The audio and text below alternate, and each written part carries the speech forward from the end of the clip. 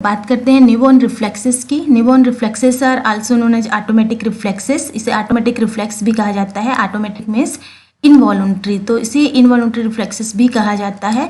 Newborn reflexes check क्यों किया जाता है? To determine the newborn's brain and nervous system are working well और नॉट। ब्रेन और नर्वस सिस्टम जो है बेबी का वो ठीक तरह से काम कर रहा है या नहीं, चेक करने के लिए यहाँ पे रिफ्लेक्स असेसमेंट किया जाता है बेबी का। रिफ्लेक्स का मतलब क्या होता है? रिफ्लेक्स कोई भी इनवॉलुंटरी एक्शंस कर सकते हैं या फिर इनवॉलुंटरी मूवमेंट्स होता है जो कि किसी भी स्टिमुलस के रिस्पॉन्स में बेबी करता है बिना कुछ इसके बारे में सोचे समझे। लाइक कोई भी स्टिमुलस बेबी को प्रोवाइड किया, उसके रिस्पॉन्स में बेबी ने इनवॉलुंटरी एक्शन या फिर मूवमेंट्स किया, तो इसे रिफ्लेक्स कहेंगे। ये रिफ्लेक्सेस न्यूबॉर्न में तो देखने को मिलते ही हैं, साथ में ये एडल्ट्स में भी देखने को मिलते हैं। न्यूबॉर्न में कुछ रिफ्लेक्सेस होते हैं जो जैसे ही नर्वस सिस्टम मैच्योर होता है डिसअपियर हो जाते हैं, बट कुछ लाइफ लॉन्ग प्रेजेंट रहते हैं। लाइफ लॉन्ग जो प्रेजेंट रहते हैं वो जो एडल्ट्स में पाए जाते हैं वो सारे रिफ्लेक्सेस होते हैं। और यहाँ पर हम न्यूबॉर्न रिफ्लेक्सेस की बात करेंगे तो दोनों रिफ्लेक्सेस देखेंगे, कौन से रिफ्लेक्स डिसअपियर होते हैं किस एज में और कौन से लाइफ लॉन्ग बने रहते हैं। तो यहाँ पर रिफ्लेक्सेस का मतलब क्या हुआ? कोई भी इनवॉलुंटरी एक्शन और movement that the baby does in response to any stimulus even without think about it. Like बिना सोचे समझे बेबी बस कर देता है, जैसे कि नॉर्मल ह्यूमन बीइंग में भी देखने को मिलता है। अगर हम कोई भी स्टिमुलस प्रोवाइड कर रहे हैं, लाइक हम किसी को पिन चुभा रहे हैं तो लाइक हैंड में अगर पिन चुभा रहे हैं तो तुरंत उसके रिस्पॉन्स, किसी भी ह्यूमन बीइंग की बात कर लें तो जो वो कैंडिडेट है वो तुरंत हैंड हटा लेगा। लाइक स्टिमुलस जो हमने पिन चुभाया उसको स्टिमुलस दिया, वो रिस्पॉन्स कर दिया, लाइक अपना हाथ हटा लिया। तो बिना कुछ सोचे समझे इनवॉलुंटरी एक्टिविटी हो गया, इनवॉलुंटरी मूवमेंट जो कर रहा है इसे रिफ्लेक्स कहेंगे। तो इस रिफ्लेक्स के बारे में आज हम बात करेंगे। न्यूबॉर्न में कौन कौन से रिफ्लेक्सेस पाए जाते हैं, तो यहाँ पर बेसिकली दो रिफ्लेक्स के बारे में हम डिस्कस करेंगे। 2 पार्ट में डिवाइड किया गया है इसे, प्रिमिटिव रिफ्लेक्स और प्रोटेक्टिव रिफ्लेक्स। प्रिमिटिव रिफ्लेक्स जो कि टाइम के साथ डिसअपियर हो जाता है, जैसे ही बेबी का नर्वस सिस्टम मैच्योर होता है वैसे ही डिसअपियर हो जाएगा। प्रोटेक्टिव रिफ्लेक्स जो होते हैं लाइफ लॉन्ग बने रहते हैं, जो कि एडल्ट्स में भी देखने को मिलते हैं। तो यहाँ पर स्टार्ट करते हैं, बात करते हैं सबसे पहले रिफ्लेक्स क्या होते हैं। रिफ्लेक्स जैसे हमने बताया, reflex is defined as an involuntary और automatic action that does in response to something without even having to think about it. Reflex क्या होते हैं? इनवॉलुंटरी या फिर ऑटोमेटिक एक्शन होते हैं जो किसी भी चीज़ के रिस्पॉन्स में किया जाता है बिना कुछ सोचे समझे। इवन इसके बारे में बिना सोचे समझे यह ऑटोमेटिक एक्शन हो जाता है। एन एक्शन, रिफ्लेक्स क्या होता है? एक एक्शन होता है that is perform without conscious thought और as a response to a stimulus. किसी भी स्टिमुलस के रिस्पॉन्स में बिना कुछ सोचे समझे ये परफॉर्म किया जाता है, रिफ्लेक्सेस हो गया। अब रिफ्लेक्सेस को 2 पार्ट में डिवाइड किया गया है, primitive reflex and protective reflex. Primitive reflex disappear with age of growth of baby. जैसे ही बेबी का ग्रोथ होता है, नर्वस सिस्टम बेबी का जब मैच्योर होता है वैसे ही डिसअपियर हो जाता है, ये प्रिमिटिव रिफ्लेक्स होते हैं। Protective reflex are always present until death. Death तक प्रेजेंट होते हैं, जो कि एडल्ट्स में भी पाए जाते हैं। वो रिफ्लेक्सेस हो गए प्रोटेक्टिव रिफ्लेक्स। अब हम 1 बाय 1 देखेंगे। सबसे पहले स्टार्ट करते हैं reflexes of the eyes. Eyes में कौन से रिफ्लेक्स पाए जाते हैं, यहाँ पर हम सभी रिफ्लेक्सेस के बारे में बात करेंगे। रिफ्लेक्स किस तरह से हम यहाँ पर असेसमेंट पढ़ रहे हैं, असेसमेंट ऑफ रिफ्लेक्सेस। तो कौन से रिफ्लेक्स हैं, इधर हमने नाम लिख दिया, नेम, कौन कौन से रिफ्लेक्सेस पाए जाते हैं। स्टिमुलस कौन सा हम यूज करेंगे, उसके रिस्पॉन्स में बेबी क्या करेगा, यानी कि एक्सपेक्टेड बिहेवियरल रिस्पॉन्स, बेबी को क्या करना चाहिए जो नॉर्मल है। यहाँ पर हम पढ़ेंगे एज ऑफ अपीयरेंस, कब अपीयर होता है, और एज ऑफ डिसअपीयरेंस इधर हम पढ़ेंगे। ठीक है, स्टार्ट करते हैं रिफ्लेक्सेस ऑफ द आइज से। सबसे पहले बात करते हैं ब्लिंकिंग, जिसे हम कॉर्नियल रिफ्लेक्स भी कहते हैं। ब्लिंकिंग रिफ्लेक्स को कॉर्नियल रिफ्लेक्स कहा जाता है।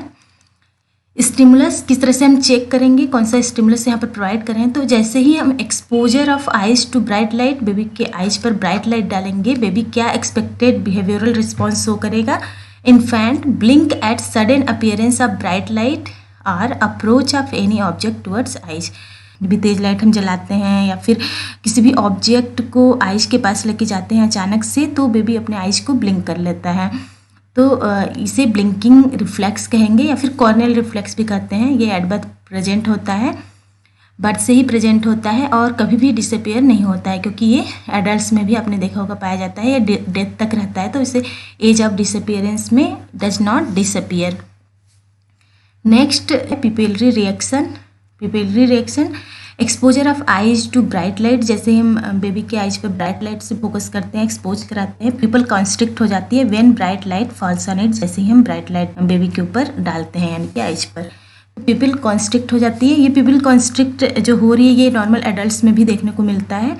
तो ये बर्थ से प्रेजेंट रहता है और डज नॉट डिसअपियर, कभी भी डिसअपियर नहीं होता है। यहाँ पर हम देख सकते हैं ये प्यूपिल हो गया और ये आइरिस है,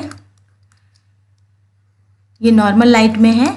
जैसे ही हम यहाँ पर स्ट्रॉन्ग लाइट डालेंगे वैसे ही ये जो प्यूपिल है देख रहे हैं आप यहाँ पे कॉन्स्ट्रिक्ट हो रहा है, और यहाँ पर डीम लाइट में थोड़ा सा ये जो प्यूपिल है वो रिलैक्स है। तो ब्राइट लाइट जैसे ही न्यूबॉर्न के आइज पे डालेंगे वैसे ही प्यूपिल कॉन्स्ट्रिक्ट हो जाएगी। सो ये नॉर्मल ह्यूमन बीइंग में भी मिलता है, यानी कि ये प्रोटेक्टिव रिफ्लेक्स है, इसे प्रोटेक्टिव रिफ्लेक्स बोलेंगे। नेक्स्ट डॉल्स आई, आइज का रिफ्लेक्स डॉल्स आई, यहाँ नेम से क्लियर हो रहा है, डॉल्स की तरह आई। इस तरह से चेक करेंगे तो न्यूनेट के हेड को स्लोली राइट और लेफ्ट साइड टर्न करेंगे। राइट और लेफ्ट साइड न्यूनेट के हेड को जब हम टर्न करते हैं तो हेड तो टर्न हो जाता है बट आइज साथ में टर्न नहीं होता है, वो थोड़ा रुक कर टर्न होता है या फिर टर्न नहीं होता है, तो इसे कहेंगे आइज लेग बिहाइंड। यहाँ पर टर्म यूज करेंगे eyes leg behind, as head is move to right और left, eyes leg behind, not immediately adjust to new position, तुरंत न्यू पोजीशन में एडजस्ट नहीं हो पाता है।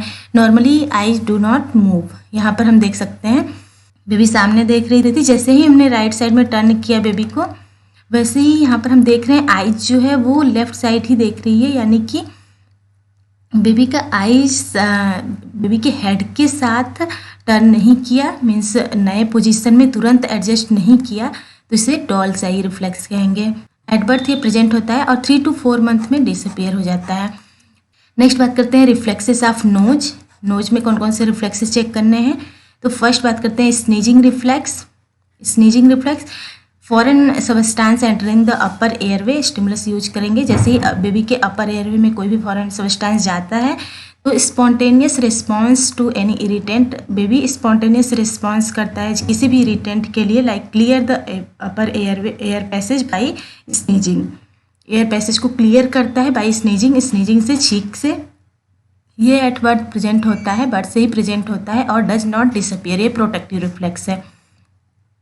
प्रोटेक्टिव रिफ्लेक्स से स्नीजिंग रिफ्लेक्स डिसअपियर नहीं होता है। किस तरह से चेक करना है, तो फॉरेन सबस्टांस जब भी अपर एयरवे में एंटर करेगा वैसे ही बेबी पैसेज को क्लियर करने के लिए स्नीजिंग करेगा, तो स्नीजिंग रिफ्लेक्स यहाँ पर है, sneezing reflex. Next glabellar reflex. Glabellar reflex को ग्लैबुलर टैप साइन भी कहा जाता है। इसे ग्लैबुलर टैप साइन क्यों कहा जाता है, क्योंकि टैपिंग से इसे चेक करते हैं। किस तरह से चेक करना है, तो tapping briskly on bridge of nose, that is glabella. Glabella region पर ब्रिस्कली यानी कि क्विकली आपको टैप करना है, दोनों ही आईब्रोज के मिड में और soft portion of the forehead, forehead यहाँ पर है, इसके नीचे सॉफ्ट पोर्शन है, just above the nose and दोनों आईब्रोज के बीच में और एबव द नोज, तो ये ग्लैबुला रीजन है। यहाँ पर ब्रिस्कली टैप जैसे ही करते हैं वैसे ही बेबी का क्या रिस्पॉन्स आता है, neonates close their eyes tightly, neonates अपने आइज को टाइटली क्लोज कर लेते हैं।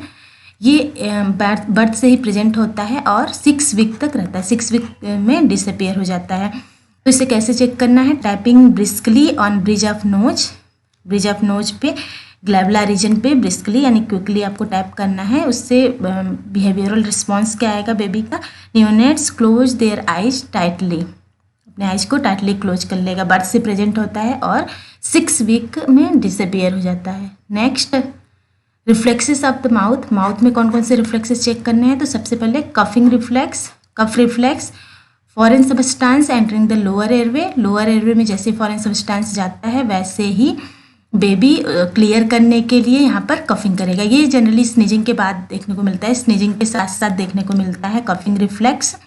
बर्थ से प्रेजेंट होता है, डज नॉट डिसअपियर, ये प्रोटेक्टिव रिफ्लेक्स है। ये नॉर्मल ह्यूमन बीइंग यानी कि एडल्ट्स में भी देखने को मिलता है coughing reflex. Next routing reflex. Routing reflex को सर्चिंग रिफ्लेक्स भी कहा जाता है। सर्चिंग रिफ्लेक्स क्यों कह रहे हैं? क्योंकि यहाँ पर फूड को बेबी सर्च करता है। किस तरह से इसको चेक करना है? तो यहाँ पर टचिंग या स्ट्रोकिंग द चिक near the corner of the mouth. Baby के माउथ के कॉर्नर में चिक के पास बेबी का चिक जो है वो टच करेंगे या फिर स्ट्रोक करेंगे तो बेबी इसके लिए क्या रिस्पॉन्स करेगा? Head turns toward the stimulation. Stimulation जिधर हम दे रहे हैं उस साइड में हेड को टर्न कर लेगा। Mainly to find food and actively seek the nipple and begins to suck. जैसे ही हम बेबी के चिक को टच करते हैं माउथ के कॉर्नर में, वैसे ही बेबी अपने हेड को उस साइड पर टर्न कर लेता है जिस साइड हम टच कर रहे हैं, और मेनली उसे लगता है कि कोई फूड आ रहा है और वो सिक करता है कि मेरा फूड है, लाइक निप्पल है, और वो सक करना शुरू कर देता है। तो ये रूटिंग रिफ्लेक्स हो जाएगा। ये बर्थ से प्रेजेंट रहता है। यहाँ पर सर्च कर रहा है फूड को, तो यहाँ पर सर्चिंग रिफ्लेक्स इसलिए यूज हुआ है। तो रूटिंग रिफ्लेक्स को सर्चिंग रिफ्लेक्स भी कहा जाता है। यहाँ पर बर्थ से प्रेजेंट होता है और ये 3 to 4 मंथ तक डिसअपियर हो जाता है, यानी कि 4 मंथ में डिसअपियर हो जाता है जब बेबी जाग रहा होता है, यानी कि अवेक होता है। तो 3 to 4 मंथ तक देखने को मिलता है। अगर बेबी स्लीपिंग पोजीशन में है तो सोते हुए 7 to 8 मंथ तक देखने को मिलता है, यानी कि 7 to 8 मंथ में डिसअपियर होता है रूटिंग रिफ्लेक्स। पिक्चर में देख सकते हैं रूटिंग रिफ्लेक्स। यहाँ पर रूटिंग रिफ्लेक्स, यहाँ कॉर्नर ऑफ द माउथ चिक पर हम टच कर रहे हैं तो बेबी अपने हेड को उस साइड टर्न कर ले रहा है और सर्च कर रहा है फूड को। तो यहाँ पर रूटिंग रिफ्लेक्स इस तरह से असेस करेंगे। Next sucking reflex. Sucking reflex में स्टिमुलस क्या देंगे? Stimulation of circum oral area like touching the lip with the nipple of the breast. यहाँ पर बेबी का जो सर्कम ओरल एरिया है, यानी कि लिप को बेबी के टच करेंगे फिंगर से या फिर निपल ऑफ द ब्रेस्ट से, तो बेबी क्या करेगा response? Baby begins to suck या फिर sucking movement to take in food. उसे लगेगा कि फूड है या फिर निपल है, एज्यूम करता है और वो सक करना शुरू कर देता है, सकलिंग मूवमेंट शुरू कर देता है। ये बर्थ से प्रेजेंट रहता है और इन्फेंसी तक रहता है, यानी कि 1 ईयर तक देखने को मिलता है। 1 ईयर में डिसअपियर हो जाता है। ये है sucking reflex. Next swallowing reflex. Swallowing reflex accompanies the sucking reflex. जैसे ही बेबी सक करता है, सकलिंग मूवमेंट्स होता है, वैसे ही स्वॉलोइंग मूवमेंट्स के साथ साथ आता है। तो फूड रीचिंग द पोस्टीरियर, जैसे ही वो पोस्टीरियर माउथ में जाता है वो स्वॉलोड कर लिया जाता है बेबी के द्वारा। तो एट बर्थ ये प्रेजेंट होता है, बर्थ से ही प्रेजेंट होता है और डज नॉट डिसअपियर। ये प्रोटेक्टिव रिफ्लेक्स में आएगा। Next gag reflex. Gag reflex, gag क्या होता है? Means urge to vomit, like जब भी हम स्टिमुलेट करेंगे बेबी के पोस्टीरियर फेरेंस को बाय फूड, या तो फूड से होगा अपने आप। तो यहाँ पर जैसे ही बेबी का पोस्टीरियर फेरेंस स्टिमुलेट होता है, वैसे ही immediate return of undigested food, that is gag.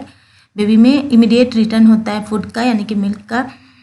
तो एट बर्थ ये प्रेजेंट होता है, बर्थ से ही प्रेजेंट होता है और डज नॉट डिसअपियर। ये भी प्रोटेक्टिव रिफ्लेक्स है, बड़ों में भी देखने को मिलता है, नॉर्मल एडल्ट में भी देखने को मिलता है।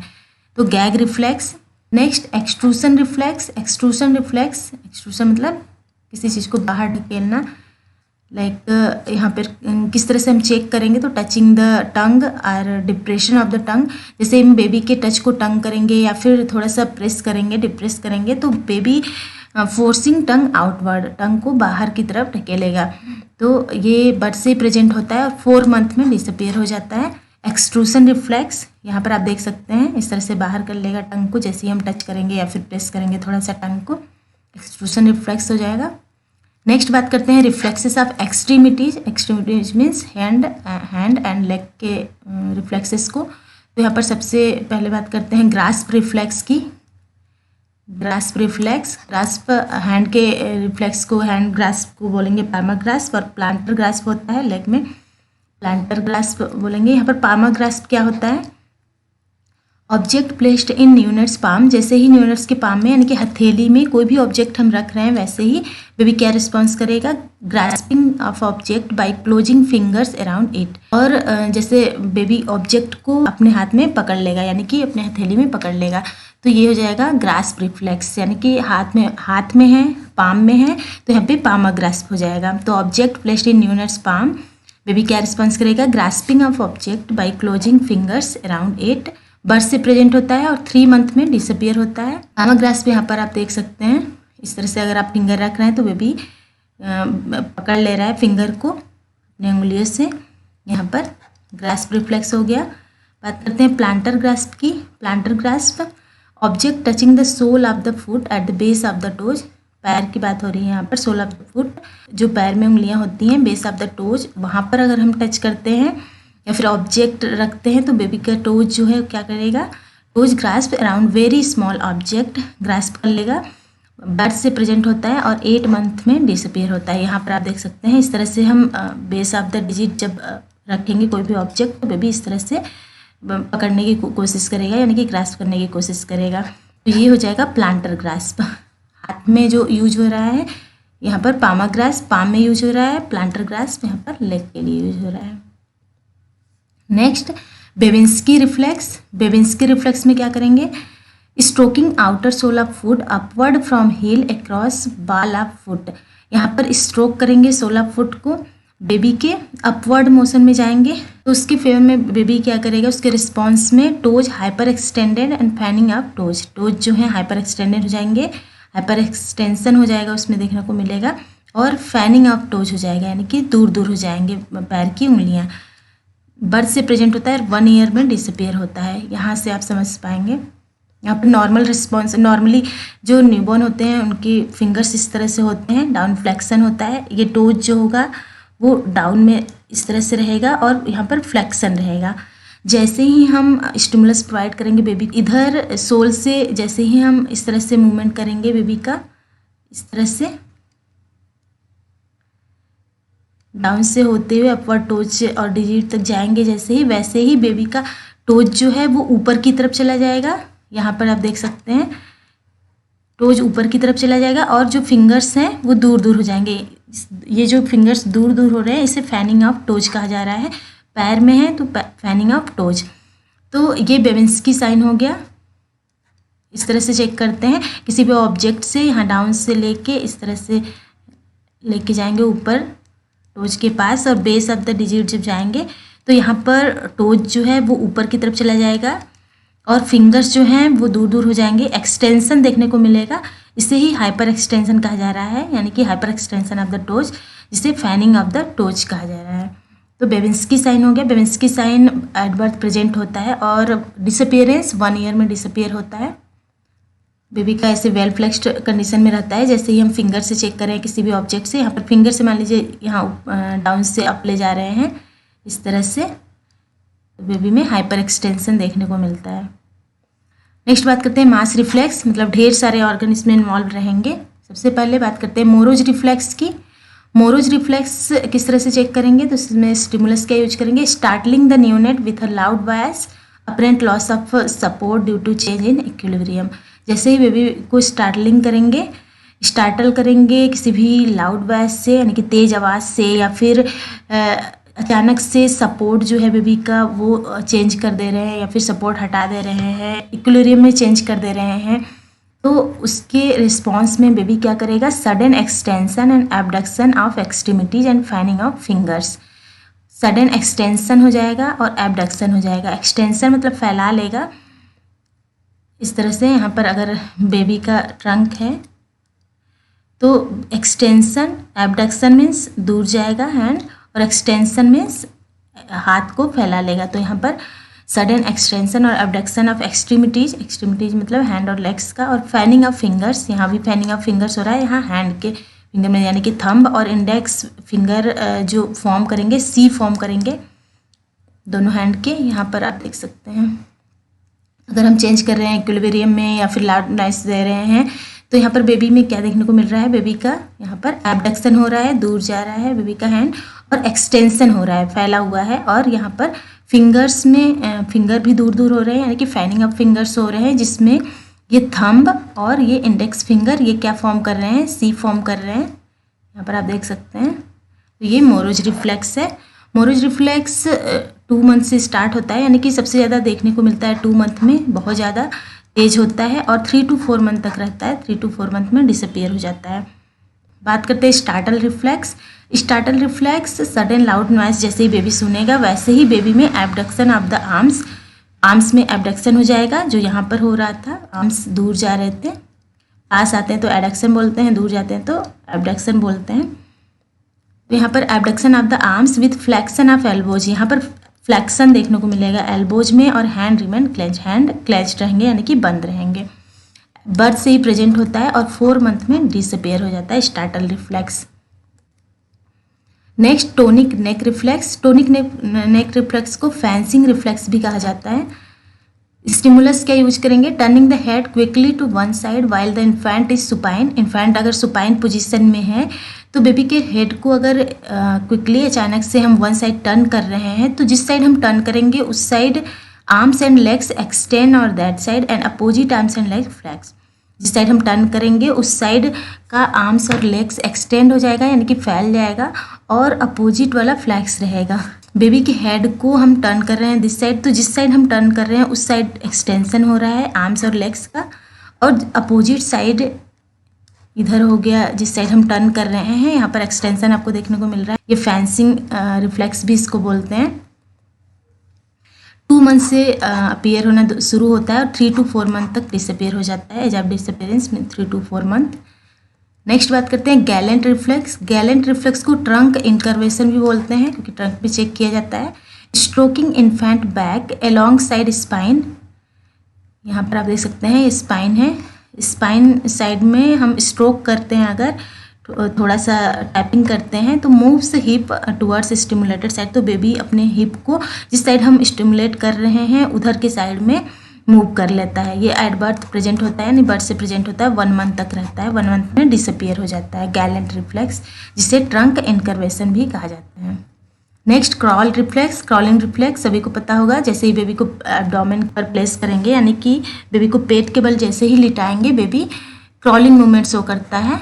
ये सभी आपने अगर बच्चों को देखा होगा तो सभी बच्चे करते हैं, तो ये नॉर्मल है, एट बर्थ से ही प्रेजेंट होता है, 5 वीक के बाद डिसअपियर हो जाता है। यहाँ पर बेबी को जैसे ही एब्डोमेन के बल लेटाएंगे वैसे बेबी क्रॉलिंग मूवमेंट शो करता है। नेक्स्ट डांसिंग और स्टेपिंग रिफ्लेक्स। स्टेपिंग रिफ्लेक्स को डांसिंग रिफ्लेक्स भी कहा जाता है। Hold neonate in vertical position with feet touching a flat and firm surface, तो इससे एक्सपेक्टेड बिहेवियरल रिस्पॉन्स क्या होगा, rapid alternating flexion and extension of the leg as in stepping.